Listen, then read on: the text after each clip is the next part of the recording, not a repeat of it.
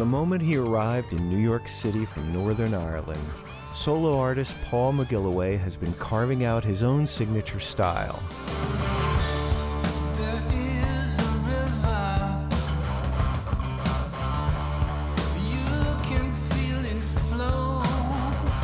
Inspired by legends like AC/DC's Angus Young and Led Zeppelin's Jimmy Page, Paul developed his own innovative sound by drawing on Page and Young's brilliant proficiency and technique. The results can be heard on his 2020 debut album, Fear of Falling Up, a collection of carefully crafted songs that feature soulful melodies and shimmering atmospheric guitars.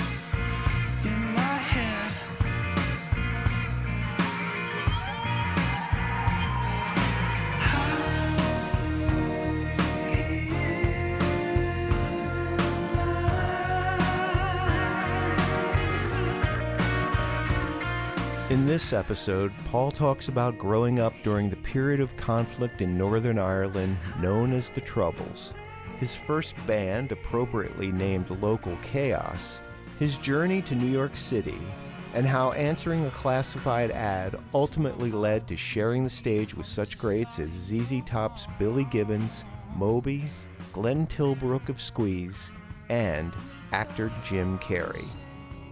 I'm Charles Yurick, and this is Life in the Grooves.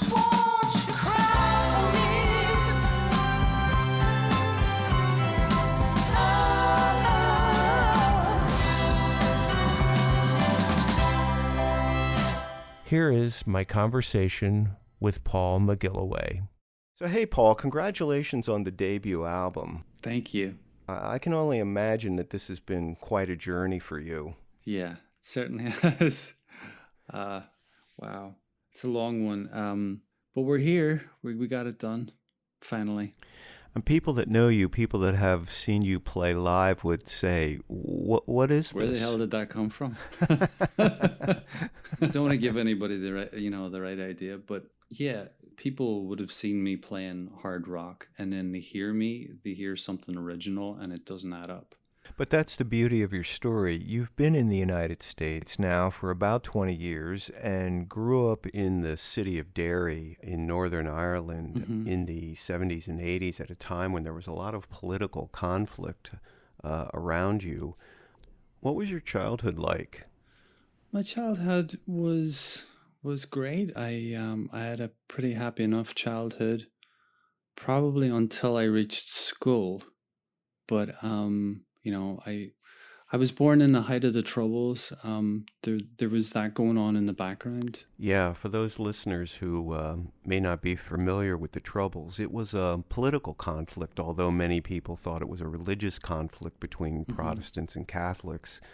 The Protestants were the Unionists, and the Catholics were part of the Irish nationalists who wanted Ireland to leave the UK and become a united Ireland. Yeah. But despite all of that underlying tension, did you have music in your household? Then what were your parents listening to? I was totally brought up on my parents' record collections. So there was a lot of Beatles, Stevie Wonder, Simon and Garfunkel. Yeah. I'm told before I could walk, I would pull myself up on the chair and dance, wiggle my bum to 10cc records like Rubber Bullets, the Wall Street Shuffle. Some of my favorites. And ELO was another band that was very prominent. Joe Walsh. My father was a huge Joe Walsh fan, so I was listening to all that stuff from an early age. Now, was it mostly records, or did you also listen to the radio? It was all records in the early days for me. I didn't listen to the radio until maybe I was a teenager, and from what I remember of it, the radio stations that we had played the top 40, so it was not music that I wanted to listen to. Most of it was very pop. So I take it that they really didn't have the more progressive, or what we now refer to as the classic rock radio station format. Yeah, that was a big shock to me when I came from the airport, when I landed in JFK. My friend Kieran came to collect me, and we stuck on the radio when we were in the car driving back to Bay Ridge, and AC/DC was on the radio, and I couldn't believe it. That yeah. So no, America's paved with gold in comparison to where I grew up. I want to now turn to how you made the decision to play your chosen instrument, and would like to know, what was the one thing that made you want to pick up the guitar? For some reason, there was a guitar at home. I know my parents purchased it. I remember, in my mind's eye from a child, I can see it with a few strings missing. But for some reason, I always knew that I owned one. Then I remember running and looking for the tennis racket. In my case, it was a squash racket, and looking to play along, pretend I was playing guitar. And that was to Eric Clapton, the Derek and the Dominoes, Layla. And that was when you first remember kind of like, lying on your back, kind of rolling around the floor with a tennis racket type of thing. There was an occasion where I remember watching MTV and seeing Stevie Ray Vaughan, I think it was, play guitar, and I thought, wow. But then the thing that really got me was we were all kind of talking about getting a band together, and I was in this group kind of thinking about playing bass guitar, because all the guitar roles had kind of been taken. And my friend Connor, who was big into guitar, he was a huge AC/DC fan. And how old were you at this time? I mean, we were like 12. He was 13. He was killed in an accident, and I found him. I ran, told his mom, and it was a very heavy period. Wow, I can't even imagine how traumatic that must have been for you at that age. Yeah. I remember standing in a neighbor's house waiting to go up in a hearse, to be for the wake. In Ireland we have wakes. Yeah. And as he passed in the back in the coffin, I said to myself, I'm going to play guitar now. Wow. And that was it. I'm definitely going to do this now. And it's such a strange thing, because I inherited a few other of his traits as well. When I think about it, part of it is a little bit of a tribute to him. Yeah. That's such a heartfelt story, and what an admirable way to honor his memory. Now, you mentioned earlier that you had a pretty happy childhood until you reached school. Yes. I was diagnosed with dyslexia when I was 10. Dyslexia just stripped away a lot of confidence, and gave me a bit of a rough time. So I guess I had these feelings like all kids, right? But I had art, so I had always kind of in my mind, I figured that I was going to be a painter or an artist of some description, but a cartoonist maybe. But once the guitar came in, it was everything else took a sidestep, and that was it. That's all I ever thought about. I seen the guitar and I thought, I can do it with that, And I'm glad I did, because I could have picked something else. I could have picked drugs or anything else to express myself. I loved guitar. I mean, I haven't laid it down since. Yeah, and guitar's a good friend to have. Sometimes I'm feeling down on me. I cut my soul's ties. Set me free.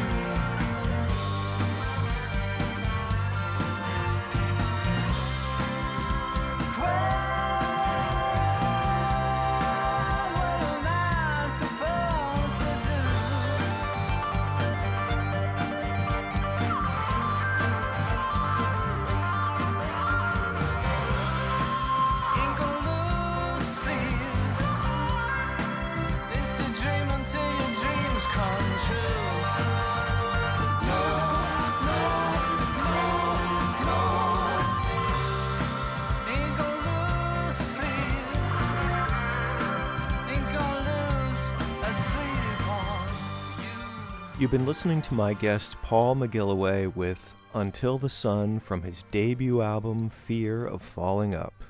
So take us back to the early years, first band, first time you played live in front of a group of people. What was that like? Oh, the first time we had a rock band, and we were called Local Chaos. Oh, what a great name. Yeah. It was great for me because I had kind of been pushed out of the gang that I kind of hung out in. I kind of got pushed out. I'm tall now, but I remained very short till the last minute, and I wasn't tall enough to be in this gang with all the rest of these guys. So I was kind of like shunned. But thankfully, that gave me more of a drive to play guitar, and because I didn't have anybody to run around with anymore, I spent more time on it. And when they talked about it, I was actually doing it. I had some school friends, and one guy in particular, Kieran Doherty. We became like brothers, and we got a band together. So I was playing with all these kids that were older than me, and our first gig, we went to, it was in Buncrana, and we drove 45 minutes or whatever it is to get there in the back of a bread van,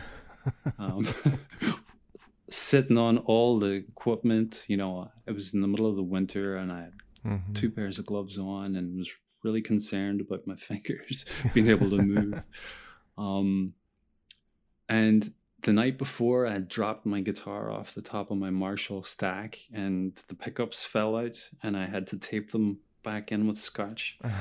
And so we were playing, the place we were playing was the Central Hotel in Buncrana, and and we went on, and I think we played probably for like an hour, and we had like 9 AC/DC songs, 1 Judas Priest, and 1 Black Sabbath, and 1 original. And that was the whole set? That was the whole set. Wow.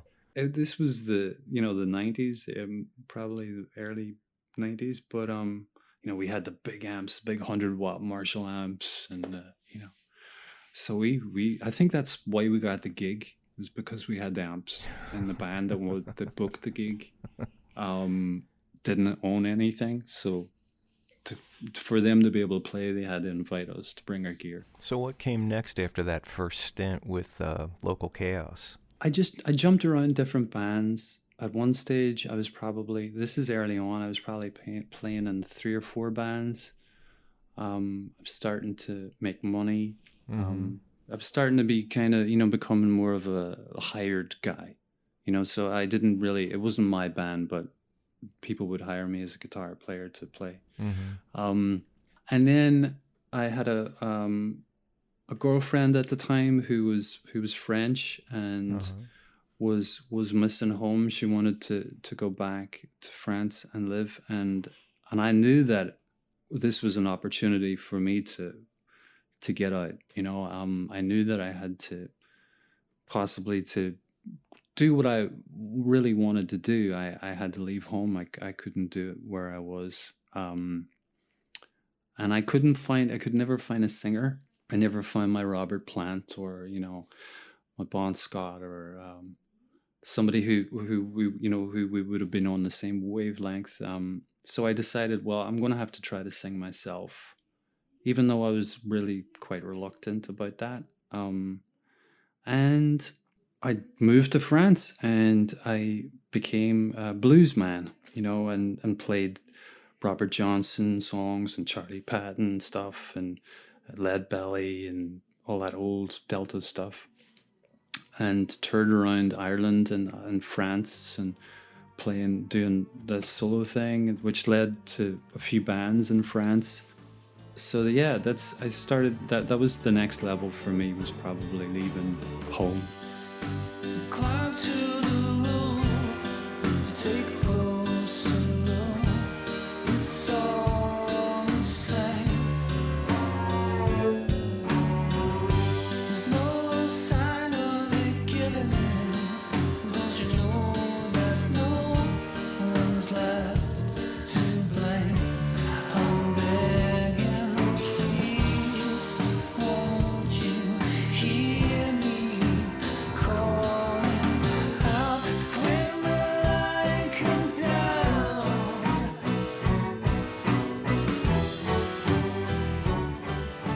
That is the title track from his debut album, Fear of Falling Up, and you're listening to my conversation with solo artist Paul McGilloway.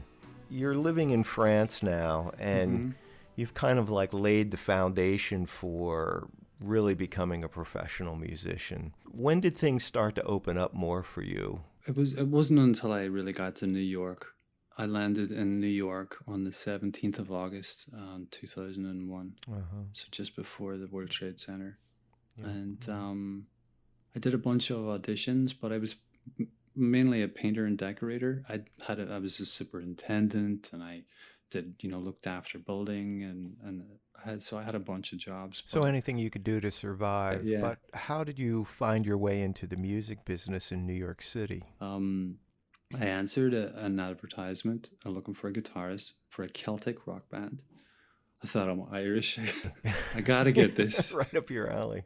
Perfect. Even though I hadn't listened to any traditional stuff to date, I spent more time listening to an Australian rock band. But I got the job, and that led to me owning that band. So the original singer left, and I took over the vocals, and I was the lead guitarist. So I kind of inherited this band with the drummer, and that was when we started rolling. That was the band that led to the Arlene's house band. So you're still playing covers at this point? Yes. I did come to America with a repertoire of my own music, but I hadn't got a band that was playing it, performing it. I would maybe do some solo shows, but I learned pretty quick that if I wanted to eat, I needed to play what people wanted to hear, and the easiest and the quickest way to do that was cover bands and that kind of thing. Yeah. So you mentioned Arlene's Grocery, and I think for most of our listeners out there, they might think, oh, that sounds like a little local grocery store, bodega, delicatessen. But it's actually an interesting place in New York City, in the East Village, correct? Yeah. 95 Stanton Street. So Arlene's is it was the first rock club live venue in the Lower East Side and around that area. Yeah. One of the interesting events that they would have at Arlene's Grocery is a rock and roll karaoke. Tell me about that and how that came about. Absolutely. We this came from our Celtic band. We were playing in one of the other bars that the owners had, which was an Irish bar in the Bronx, and we were asked, hey, would you want to do this live karaoke show? I imagine you had to learn a very large repertoire of material. Yeah, I think in the first 2 weeks, we had 2 weeks before we took over. I think I learned 70 songs in those 2 weeks, and this was material that I had never listened to. But I had to learn their material pretty quick, and that was a good badge to have, to be able to see like, wow, can you really learn this that fast? We got a repertoire up to like maybe about 300 songs, and we kind of plateaued at that. We were billed as Arlene's world famous live rock and roll karaoke band. That's such a great concept, and I believe you had some very notable people on stage with you. Yeah. I got a phone call from the manager at Arlene's, and she said, with Jim Carrey's coming down, can you learn these, songs for him? And she had said to him, she said, well, does he need to look at the repertoire and see what else? And they were like, no, he knows what they do. So he somehow was tuned into us. Uh-huh. It wasn't uncommon for us to get celebrities in the audience, or Oscar winners sitting at the bar buying drinks, and just it's incredible, the people that will come there. But and Jim came down, and he did 3 songs with us, and it went viral. I think it's millions and millions of hits on YouTube. And what were the songs that he chose? Yeah, he wanted us to learn I Started a Joke by the Bee Gees. And we did that, and then we did Bullet with the Butterfly Wings, and then he did Creep by Radiohead. Yeah. And then I think we were voted like the third or the second best cover of Radiohead's Creep with Jim Carrey. And, you know, incredible. Seeing Jim Carrey up close acting out the way he does was really something. It was one of our favorite nights. Yeah, and this also led to some other guest performances with people like Billy Gibbons, Glenn Tillbrook, and Moby as well. Yeah, the Billy Gibbons thing was it's like a one-off band show in the Natural History Museum, and Billy was there. He got up and played with us. But these are all situations that I wouldn't have dreamed about. No, they don't happen where I come from. But we did have some fun over the years. Glenn Tillbrook was so nice and gracious, and it was embarrassing because he got down in front of me and he was doing this kind of I'm not worthy thing, and then I got lower than him on my belly, and then he jumped off stage and lay on the ground in the pit. You know, it was just funny, goofy stuff. You know, it's Moby once challenged me in front of an audience to a guitar off. Amazing. And, you know, it's just really silly stuff. You can't make this stuff up. You can't write that, right? You can't make it up. It's too unbelievable.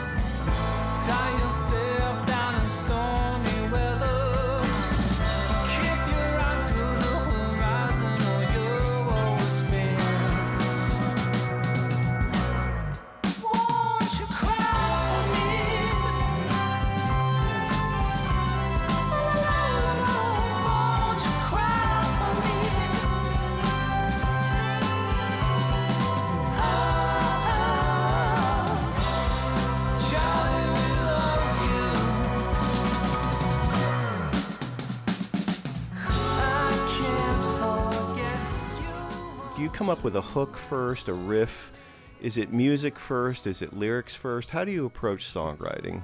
It's always music first. Every song has a different story as to how it came about, really.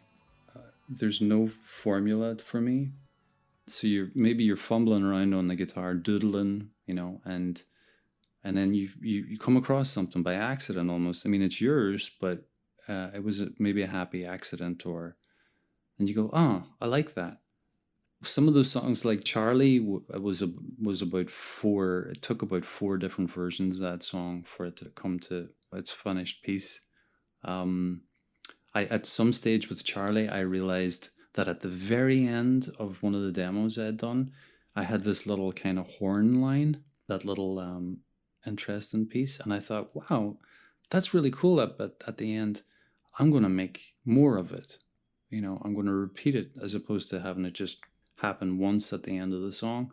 I like working in Logic. I write in Logic because I can go in and I can chop things up and move things around.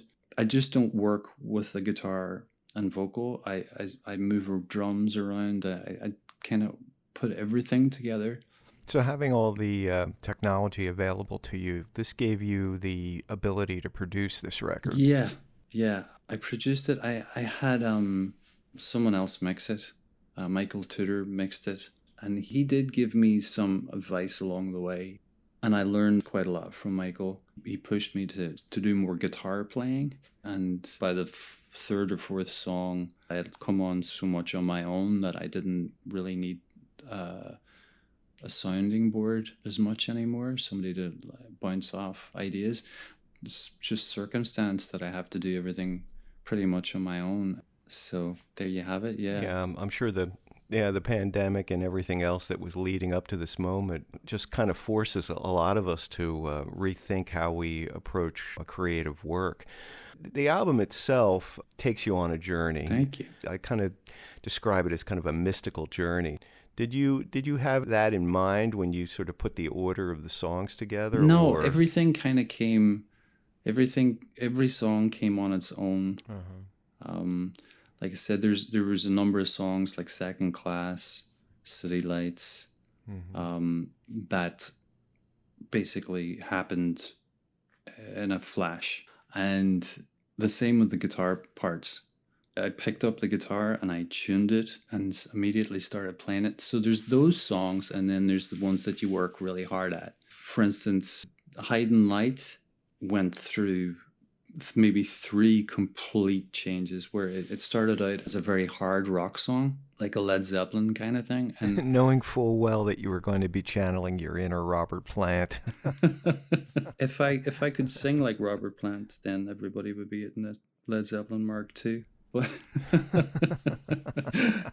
you have to have one of those voices for that kind of music, and so that does dictate what you kind of write as well. And maybe that's one of the reasons why we haven't got another AC/DC out of me as well. But it hopefully you do become yourself, because you don't want to be you don't want to be a second-rate Angus Young or a second-rate Jimmy Page or anybody, right? So, but all the influences are in there.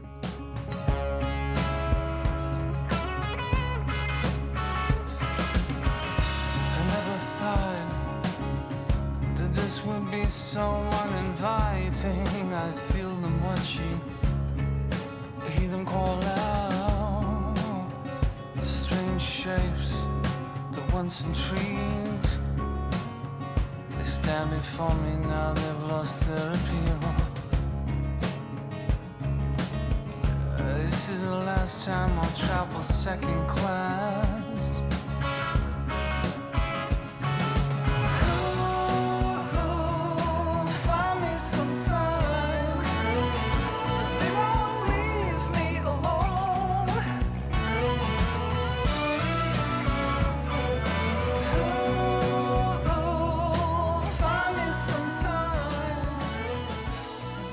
You're listening to the music of Paul McGilloway from his debut album Fear of Falling Up with Second Class. Now, with all of the creativity and effort that went into the making of this record, it's very exciting to hear that all of those early influences are definitely there. And so out of all of that process, all of that experience, you really found an identity here. And I think the results are really terrific. I'm very pleased.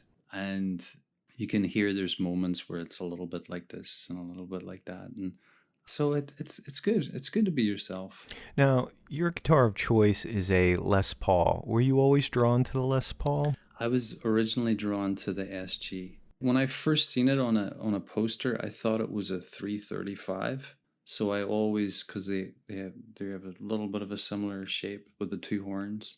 So I was running around thinking that I wanted a 335, but I got my first SG in a flea market in Sanford, Florida, and I think it was $500. Wow. That same guitar would be like $4,000 today. How much attention to detail do you place on creating the type of guitar sound that you're looking for?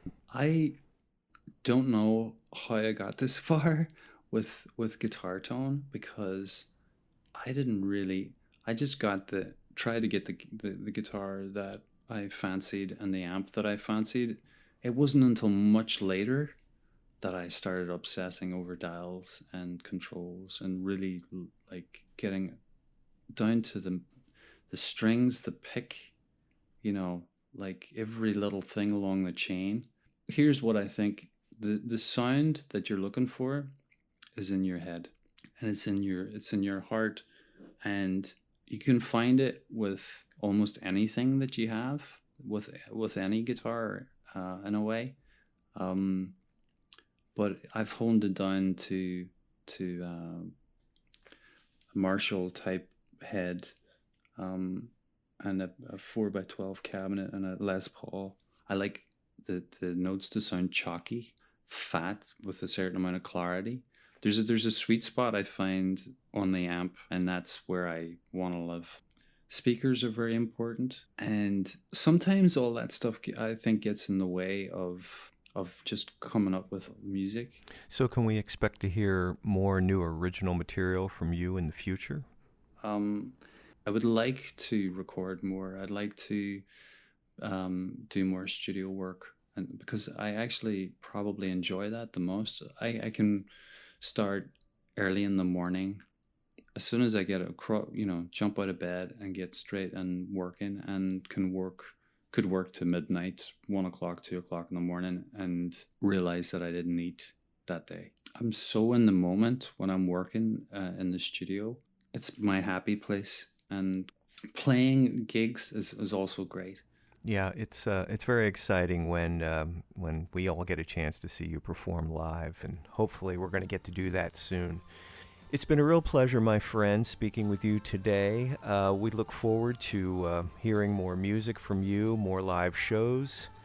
Thank you so much, Paul, for joining me today and sharing your story. Thanks for having me, Charles. Thank you for having me.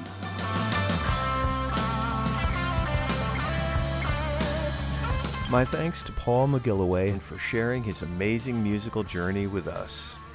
You can check out all of Paul's music on Spotify, Apple Music, YouTube, and Amazon Music. And be sure to subscribe to our show by visiting our website at lifeinthegrooves.com or lifeinthegroovespodcast.com. Life in the Grooves is produced by Tour de Force Entertainment Group. If you like what you've heard, please take a moment to share, rate, and review us on your favorite podcast app. I'm Charles Yurick. Thanks for listening.